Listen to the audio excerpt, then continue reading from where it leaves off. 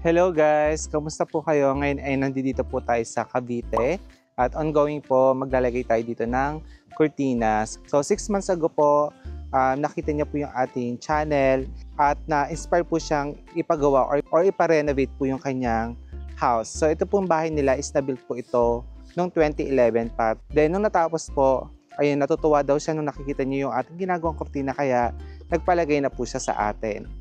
Share ko lang po yung nagpapagawa po sa atin is retired Navy po from US. Ngayon po naglagay sila ng blinds sa kanilang sala. Ngayon po pinatanggal na kasi yung blinds po nila is nabili po sa Shopee at mahina pong klase. Para po sa kulay, si client na po ang nag-decide kasi gusto niya is black and white po ang kulay.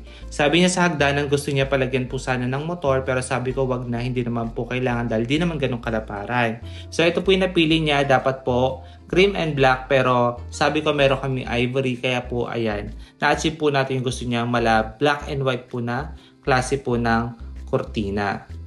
Dalawang mananahi po pala ang kasama natin ngayon para at least po mapabilis yung ating pagtatrabaho. Ganun pa man po, meron na tayong naisabit po sa dining area at ito na po yung itsura. Tapos guys, pinagluto po pala tayo ng pansit ni client and napakasarap po na Shanghai at tinarnuhan pa po yan ng pandesal. So salamat ma'am and sir po sa pagkain, sa pamerienda. Thank you so much po. Sa totoo lang guys, marami talaga tayong kulay po na pwedeng pagpilian sa pagpapalagay po ng cortina. Although talaga po marami lang po talagang mga client ang gusto po is neutral color. Pero gaya po nito, meron tayong na-provide po na ibang kulay. So ngayon po ito na rin po yung ating finished project. Start po tayo sa kanilang living area. Meron po tayong ginawa sa sala po na wall-to-wall po na design ng cortina saka standard size lang po. Nagkataon po kasi meron pong corner window saka sliding door so ginawa natin, pinag-isa na lang po natin yan saka para po at least magmukha po malaki yung space ng sala po ni client. Yung sofa po ni client, plano niya po papalitan yan. Napalaki daw po kasi yung size so papapalit niya daw po yan ng black and white din para terno daw po sa cortina niya saka sa kulay po ng ceiling niya. Meron po tayong latest pick para po sa interior po ng sala ni client. Ito po yon.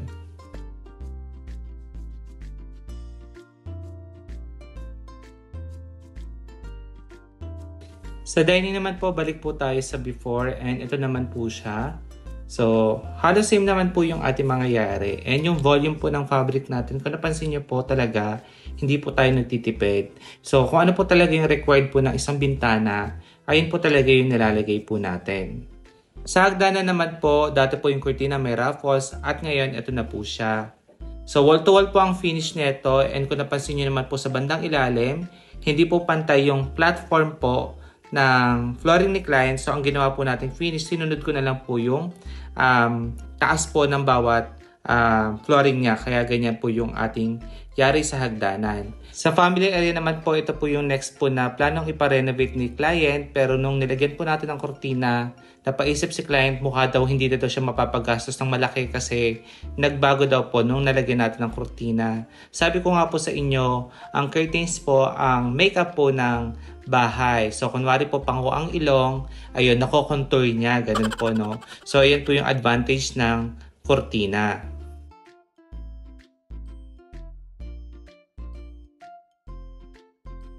Guys, ngayon tapos na tayo dito sa project natin sa Rosario, Cavite and sobrang happy po ng ating client at tuwa sila sa result ng gusto nilang cortina. So again, yung una cream black po yung original plan pero naging ivory black which is much better and mas gustong-gusto ni client kasi yun talaga daw yung gusto niyang kulay para sa kanyang cortina. Kaya ayan, so we're happy again sila. Ngayon po nagbigay si client sa amin ng chocolate and pa-dinner. Ma'am, thank you. Sir, thank you. Hopefully mapanood niyo po yung vlog. And guys, biyahe na tayo ulit pauwi ng Pampanga. Pero habang pauwi tayo, share ko na po sa inyo yung natapos naming project lang neto nung nakaraan sa Ternate, Cavite naman. Para po sa naging biyahe natin dito, from Pampanga po, 3.5 hours papunta po dito sa Ternate, Cavite. And para po sa project natin ngayon, ito po ay 2-story at malalaki po yung mga bintanang lalagyan natin ng cortina. Pagkadating nga po, pinamerienda na po agad kami ni client para daw may energy kami bago mag-start. So ito po yung mga bintana po na lalagyan natin. Sa totoo lang po, ito po talaga mga bintana ni client. nakareserba lang daw po talaga sa atin. Wala daw po talagang ibang magkukurtina dito kung hindi tayo lang. Kaya thank you po at na-appreciate ko yun ng malaki, ma'am and sir. Tapos guys, syempre nag-start na rin po kami magsabit ng kurtina. Marami nga po nagsasabi, dapat daw pinapakita ko daw po yung mga ginagawa namin sa paglalagay. Pero ngayon po kasi, ayun po, mabilis ang shot po ang ginagawa natin para hindi po tayo magaya. So meron na rin po kami natapos, pero ngayon po kakain muna daw po tayo ng lunch. Para po sa ating lunch, nagluto po sila client ng sinigang po na baboy, plus pinakbit po na meron pong crab at hipon. Tapos guys, meron pa tayong tinurbo po na manok, nilitsyon. Ayan, so kain po tayo.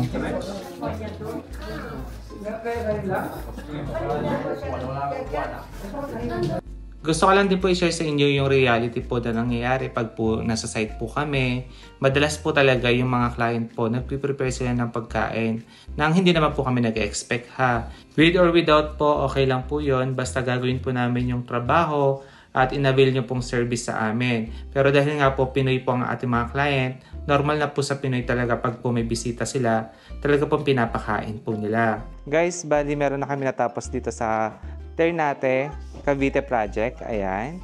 So, yung client natin, talagang pinapanood na tayo ever since. So, alam nyo pa nagsaseta ako, nagtataka lagi ako nilalangaw.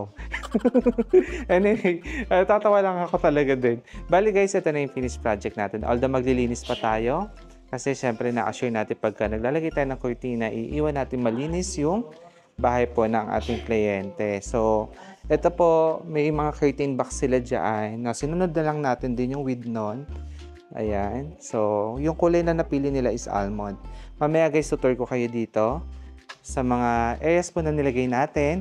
Ganun pa man po, kanina nag-lunch tayo. Ngayon po ay magmi-merienda naman po tayo. Tara Sheila, wag kang matakot. Ayan. Mag-merienda muna tayo guys. Merienda muna tayo.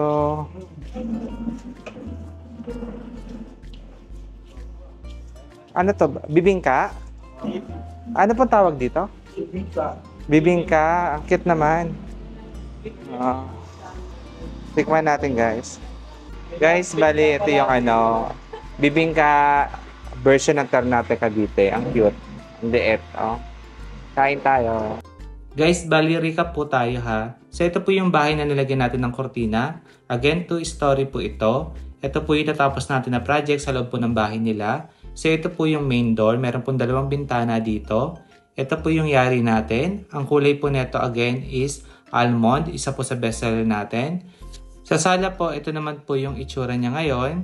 So ito po, naipasok natin yung mga kortina sa loob po ng kanilang curtain box. Kasi yung client po natin, since subscribers, nakaabang siya. Nalaman niya po or nakuha niya yung tamang sukat po ng butas. So dapat po, ang width po is 10 inches.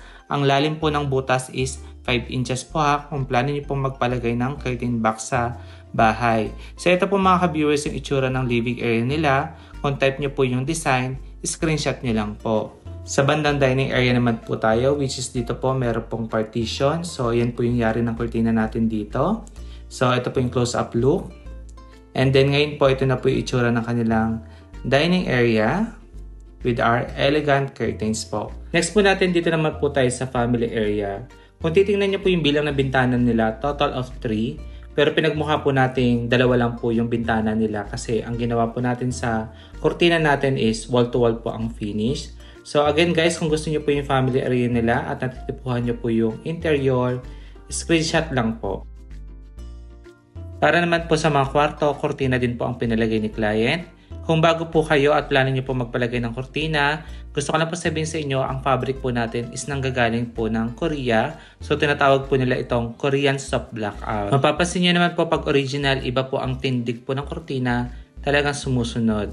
Aside po sa bedroom number 1, ito naman po si bedroom number 2. So ito po, hindi po wall-to-wall ang ating ginawa ditong kurtina kasi meron pong window type aircon sa gilid. So standard lang po yung yari niyan. Tapos guys, ito naman po yung master's bedroom. Ito guys, wall-to-wall nilaparan na natin para wala na masyado nakasabit sa kwarto po ni client. Ngayon guys, kung nagustuhan niyo mga kurtina namin, mag-comment lang po kayo. And message nyo kami syempre sa aming Facebook, Billy Toledo Vlog po ha. Guys, ngayon nandito tayo sa office ha. Kasi kahapon, meron kaming client from New Zealand. Pumunta dito po sa bahay sa office. Ngayon gusto niya kasi maka-assure sa fabric kung talagang Korean yung gamit natin. So ngayon dito kasi guys, meron akong sample ng Korean saka ng China Blackout. Yung ino-offer natin mas low cost kaysa sa premium one. Ngayon guys, ayun nga, pagdating po dito, nakita nila yung difference. Ngayon, isi-share ko din po sa inyo para may idea kayo. Guys, bali, ayan. So, gaya ng sinabi ko, meron tayo dito sample sa office po ng China Blackout saka Korean. So, not sure po kung sa camera nakita nyo po yung pagkaiba po ng register po ng kulay nila. So, makita nyo po, sa una, kung wala po ka idea sa kortina, mukha talaga silang parehas. Kasi nga po, same shade, pero ito po si China, ayun po, may pagkaiba po ng timpla.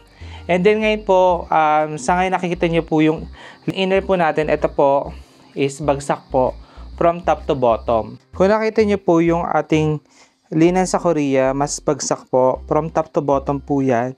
Nakapa-S-fold po, no? Ayan. Unlike po dito kay sheer is, ayun po, lumalaban. Same din po sa China Blackout po. Nakatali po siya pero lumalaban din po. Pero tignan nyo po si Korean. Ayan. Hindi pa po nakaayos yan pero bagsak na bagsak pa po So hindi ko na po inaayos para makita nyo naman po talaga hindi pinaghandaan. As it is po talaga kung ano makikita ninyo. Ngayon guys, binuhaghag ko po yung kortina. Si China Blackout saka si Korean Blackout. Kung napapansin nyo po, si Korean sumusunod talaga. Pero si China Blackout po lumalaban. Ayan. Ngayon po, sa ilalim tayo ha. Ito po yung ilalim ng kortina natin sa China Blackout. Nakita niyo po yung gap. Hindi po sumusunod. Pero ito pong Korean, sumusunod po siya. So again, talaga makita niyo po kung ano po yung kaibahan po nung China Blackout. Which is ito po, common po itong ino-offer dito sa Pilipinas. Sinasabi po nila Korean to, pero hindi naman po Korean talaga. Which is, ayun po. Ito po yung legit, no? Yung ginagamit po natin. Kita niyo po, ayan, no? Sunod na sunod siya. So, ayun nga guys. Bali, at least po, nakita niyo po yung kaibahan po ng ating ino-offer po ng kortina. So, may difference talaga. Marami po kasi nagsasabi sa unang tingin, pare-parehas lang naman na tela yan. Ganyan. Pero ako po, lagi ko po sinasabi, meron po akong assurance na talagang Korean po yung ginagamit po natin. Original po, no? So, ayun po mga ka-viewers ang kaibahan, no? And share ko lang po, meron po pumupunta dito sa office. So, ginagawa po nila, nagda-down po sila. Dito po nagda-down mismo sa bahay. Kasi nga po, natatakot sila may scam. Saka, ayun nga po, pag po tinakbo po yung down payment nila, at least po, alam nila kung saan tayo pupuntahan. Kasi mismong office po yung bahay natin. Ngayon po, plano ka din po soon mag-expand, magkaroon po ng showroom. Kasi lalabas na rin po yung mga furniture namin. Ayan na po yung mga itsura. So, ito po ay nagkakos po ng 14,000 plus. Available po yun ng single, full double, saka queen size. Para po sa presyo ng 14,000 plus. So, abangan nyo po yan. So, again mga ka-viewers, kung nagustuhan nyo po yung mga ginagawa namin kortina at pasado naman po ang gawa namin sa mga pinapakita ko po, message nyo lang po ako sa aking Facebook, Billy Taleda Vlog, at pag-usapan po natin kung paano po natin pagagandahin ang dream house po ninyo. So, ngayon po, para sa mga December project natin, parami na po nagbubook ng December kasi inaasya po nila makakuha ng slot. Kaya kung plano niyo po magpalagay po ng December, maganda po, maaga po mag-message na kayo at magpasukas sa inyong bahay. So again, maraming salamat po sa pananood. Ingat po kayo and God bless. Bye-bye!